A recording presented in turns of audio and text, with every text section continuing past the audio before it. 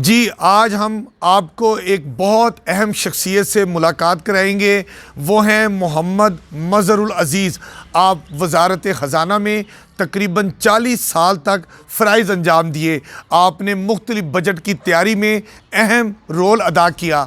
हम इनसे बात करेंगे कि बजट कैसे तैयार होता है और एक ब्यूरोक्रेट और सियासतदान यानी सेक्रेटरी और उसके वज़ीर के दरमियान इख्तलाफात क्यों होते हैं, लड़ाई झगड़ा क्यों होता है। मज़हर साहब, ये बजट क्या होता है, किन मराहिल से गुजर कर बजट तैयार होता है?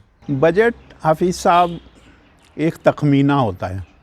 जैसे आप अपने घर का तखमीना बनाते हैं कि मेरी 500 रुपये तनख्वाह है और मैं इसमें क्या क्या ख़र्च करूं, कैसे ख़र्च करूं, बच्चों की फ़ीसें कैसे दूं, मकान का किराया कैसे दूं, यूटिलिटी बिल कैसे दूं। यही चीज़ इसको ज़रा बढ़ावा दे दें तो ये हुकूमत पाकिस्तान जो किसी मुल्क में होती है वो उस तरह अपना रेवेन्यू इकट्ठा होता है, तो उसके हिसाब से बजट बनाते हैं। मज़हर साहब, ये क्या है कि बजट असम्बली में पेश होने से कबल मीडिया में आ जाता है और उन लोगों के पास भी चला जाता है जिससे उनको फ़ायदा होता है? ऐसा होता होगा, लेकिन मेरे दौर में 30, 35, 40 साल के दौर में एक दफ़ा भी बजट लीक नहीं हुआ। हालांकि मैं सीक्रेट बजट डील करता रहा हूँ। मेरे बड़े भाई हैं जॉइंट सेक्रेटरी मोहम्मद नसरुल अज़ीज़, वो डिफेंस का बजट डील करते थे, लेकिन मजाल है कि कोई लीक हो जाए। अगर मैं आज पार्ट 2 लीक कर देता कभी भी किसी वक्त भी, तो आज मैं आधा इस्लामाबाद का मालिक होता। लेकिन मेरे पास कोई मकान नहीं है, कोई प्लाट नहीं है, कोई रिहायशी नहीं है। और अगर आप जैसे कह रहे हैं, होता है, मालूम होता है, लेकिन कहाँ से होता है कि जब कहीं लोगों के वेस्टर्न इंटरेस्ट होते हैं, क्योंकि बहुत से लोग जो होते हैं उनके राब्ते होते हैं इन्हीं लोगों से, तो वो अपनी सियासी बका के लिए उनसे राब्ता करते होंगे। लेकिन मुझे इस पर मैं ज़्यादा रोशनी नहीं डाल सकता। मज़हर साहब, दीगर ब्यूरोक्रेट्स की तरह आप भी बहुत मेहनत करते रहे, कभी आपके दिल में कोई गिला शिकवा है? मैंने क्या क्या कारहाय नुमायाँ किए हैं, आप अगर सुने तो आप हैरान हो जाएंगे कि मैंने क्या किया। लेकिन कभी मुझे कोई अवार्ड नहीं दिया गया। या आजकल नाचने गाने वालों को तो आप अवार्ड दे देते हैं, लेकिन क्या मैं एक ज़िम्मेदार और ईमानदार अफसर था, मुझे उसमें कोई उन्होंने कंट्रीब्यूशन नहीं दी। आप तकरीबन 40 साल तक बजट की तैयारी में फ़राइज़ अंजाम देते रहे, पैसा तो बनाया ही होगा ना?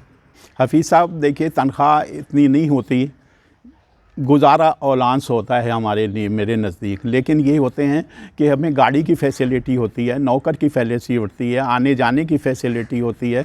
तो इस फैसिलिटी की वजह से हम मकान मिल जाता है हम लोगों को, सबसे बड़ी बात ये है। तो इस वजह से हम लोग पनप सकते हैं, वरना तनख्वाह में कुछ नहीं है। ब्यूरोक्रेट की तनख्वाह कम और उसका रहन सहन और उसके असासे बहुत ज़्यादा होते हैं। ये असासे कैसे बनते हैं? नहीं, मैं तो इससे आपके क्वेश्चन से इख्तिलाफ़ करूँगा। ऐसा कोई ब्यूरोक्रेट आप बताइए जिसने अरबों रुपया कमा लिया हो या अरबों रुपए का मालिक हो। सहूलत मिल जाती है, सहूलत से गुजारा करते हैं। और अब जिन ब्यूरोक्रेट्स के एहतसाब में मुकदमे चल रहे हैं, उनको हथकड़ियाँ लगती हैं, वो जेलों में हैं, ये ब्यूरोक्रेट भी तो हैं। बस फिर वो आटे में नमक के बराबर कुछ ना कुछ तो होता है ना। गेहूँ के साथ घुन भी पिस जाते हैं, वो तो गेहूँ होते हैं, वो कुछ हो जाते होगा। बजट ब्यूरोक्रेट बनाते हैं या हुकूमत?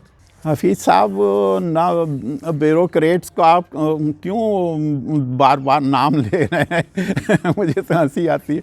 हम लोग सरकार के नौकर होते हैं, हम लोग ब्यूरोक्रेट नहीं होते हैं, हम लोग मुख्तदिर-उनान नहीं होते हैं। हम लोग तो जो हमें अहकामात मिलते हैं हम उसके मुताबिक पॉलिसियाँ बनाते हैं। जो पॉलिटिकल गवर्नमेंट होती है, कोई भी हो, हमें किसी से कोई ग़रज़ नहीं है, तो हम लोग तो उसको अमली जामा पहनाने की कोशिश करते हैं और उसमें कामयाब रहते हैं। मज़हर साहब, बजट की तकसीम कैसे होती है? दिफा पर कितने % रकम खर्च होती है और सिविल पर कितनी रकम खर्च होती है? ये आम आदमी को जानना नहीं चाहिए। देखिए, अगर आपका दिफा मजबूत है तो आप मजबूत हैं। हमारी माँ बहनों का ओढ़ना बिछौना मजबूत है। अगर वो डिफेंस मजबूत नहीं है तो फिर कुछ नहीं है आपका। ज़ाहिर है हमें कुछ चीज़ें ख़रीदनी होती हैं, कुछ असला लेना होता है, कुछ और चीज़ लेनी होती हैं जो सिविलियन के लिए नहीं होती। लेकिन अगर आपकी बका है तो आपका पेट अगर भूखा है तो कोई बात नहीं। अब देखिए ना, अगर आप इस्लामी तारीख़ देखें तो चंदा होता था डिफेंस के लिए, तलवारें ख़रीदने के लिए, चारे लेने के लिए, घोड़े ख़रीदने के लिए, तो वाई नॉट टूडे। अब तो हर तरफ से इंसान घिरा हुआ होता है, कोई भी मुल्क हो। बजट असेंबली में पेश होने से कबल काबीना के पास मंजूरी के लिए जाता है और कहा जाता है कि अक्सर काबीना उसमें रद्दोबदल करती है। ऐसे में वजारत ख़जाना क्या करती है? असल में कैबिनेट मीटिंग होती है इस बजट स्पीच से, फाइनेंस मिनिस्टर की बजट स्पीच से 1.5-2 घंटा पहले कबल, तो वहाँ कैबिनेट होती है, कैबिनेट से मंजूरी होती है, कैबिनेट होती हैं, बाज़ वज़रा उसमें बड़ा शेयर लेते हैं, हिस्सा लेते हैं। जैसे मुलाजमीन की तनख्वाहें हैं या महंगाई है या चीनी महंगी है, आटा महंगा है, तो उस पर वो बड़ा स्ट्रेस करते हैं कि ऐसा नहीं होना चाहिए।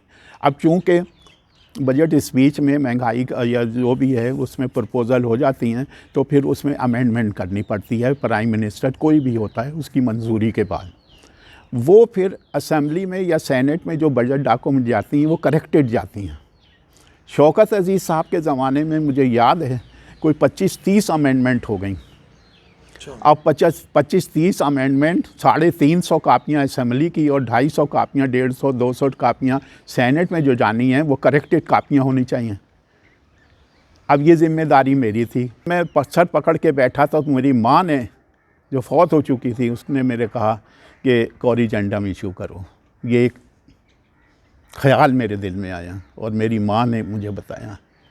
मैंने वो कोरिजेंडम इशू किया, बजट स्पीच इंग्लिश और उर्दू के आखिर में लगाया। इतनी देर में मुझे शौकत अजीज़ साहब का टेलीफोन आया इंटरकॉम पे। उन्होंने कहा Mazhar what are you doing? मैंने कहा सर ये इट इज़ इम्पॉसिबल काम जो है वो मेरी माँ की वजह से पॉसिबल हो गया। उन्होंने कहा क्या? मैंने कहा ऐसे, कहेंगे गो हैड।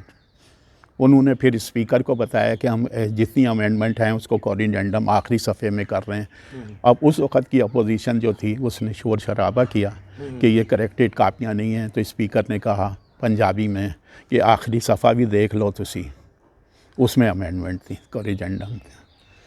इस तरह मेरी सुर्खरुई थी।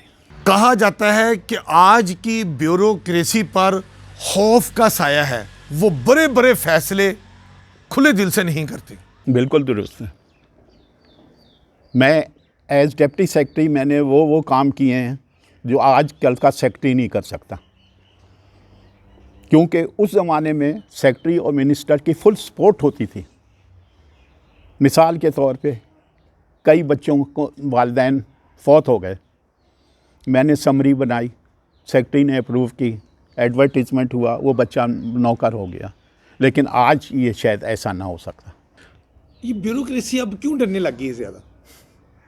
ये मुझसे ज़्यादा तो आपको पता है क्यों डर रही है। कहते हैं बड़े बड़े फैसले वो इत्मीनान से नहीं करते, क्या वजह? बस खौफ व ख़तर है उनको कि कहीं हम देखिए, अगर वो खौफ व ख़तर ना हो तो उनको 22 ग्रेड के बजाय कौन सा ग्रेड दे देंगे आप? कोई भी नहीं। कोई भी नहीं, लेकिन पकड़ के अंदर ज़रूर कर देंगे आप। तो ये ब्यूरोक्रेसी को खुला हाथ देना चाहिए, फ्री हैंड होना चाहिए। आप देखिए कैसा सब शादाब हो जाएगा आपका पाकिस्तान। मज़र साहब, एक महकमे के सेक्रेटरी और उसके वज़ीर में ये लड़ाई झगड़ा क्यों होता है? वजूहात क्या होती हैं? वो हफीज़ साहब ये है कि एक कानून से नाबल्द है और एक कानून का रखवाला है। जो कानून का रखवाला है वो कानून मोश काफियाँ आपको बयान किया। जो कानून का रखवाला नहीं है, जिसको कानून से कोई इल्म नहीं है, वो कहेगा बस मेरा ऑर्डर करो because I am minister. Secretary कहेगा सर ये काम नहीं हो सकता क्योंकि कानून इसकी इजाज़त नहीं देता।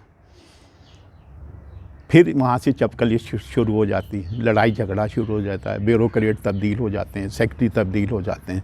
एक मिनिस्टर को मिसाल दे रहा हूँ, एक मिसाल, मैं किसी पे बात नहीं कर रहा, एक मिसाल देकर मिनिस्टर को एक गाड़ी अलाउड है, उसका प्राइवेट सेक्रेटरी एक ले रहा है, उसका PRO एक ले रहा है गाड़ी, उसका जनाब PS ले रहा है, उसके घर के लिए गाड़ी होनी चाहिए। अब 4-5 गाड़ियाँ वो सेक्रेटरी कहाँ से लाए? लेकिन वो वज़ीद हैं कि 5 गाड़ियाँ दो, मैं मिनिस्टर हूँ। तो फिर यहाँ से लड़ाई झगड़ा शुरू हो जाता है। क़याम पाकिस्तान के बाद शुरू में बजट कैसे छपता था और आजकल बजट की छपाई का प्रोसीजर क्या है? इससे पहले हैंड कंपोजिंग होती थी प्रिंटिंग कॉरपोरेशन इस्लामाबाद में ही, जो ये आजकल कंप्यूटर के ज़रिए इसको स्विच ओवर किया मैंने और मेरे बड़े भाई मोहम्मद नसरुल अज़ीज़ हैं, जॉइंट सेक्रेटरी रिटायर्ड हुए हैं। उन्होंने कंप्यूटर के ज़रिए ये सब चीज़ें मुझे भेजते हैं, फिर मैं उसको किताबी शक्ल में देता हूँ। मज़हर साहब, आपने एक तवील अरसा बजट की तैयारी में गुजारा, कोई कारनामे तो आपने किए होंगे, कुछ बताएंगे आप? एक अहम काम ये है कि मैंने एक डिक्शनरी ऑफ इकोनॉमिक्स टर्म्स, जो बजट की टर्मिनोलॉजी होती थी, ये किताब जो है मैंने प्रिंट की है। मैंने नेशनल टैक्सेशन रिपोर्ट 3 दिन में फाइनलाइज करके इसको प्रिंट करा है। ये मेरा कारनामा है।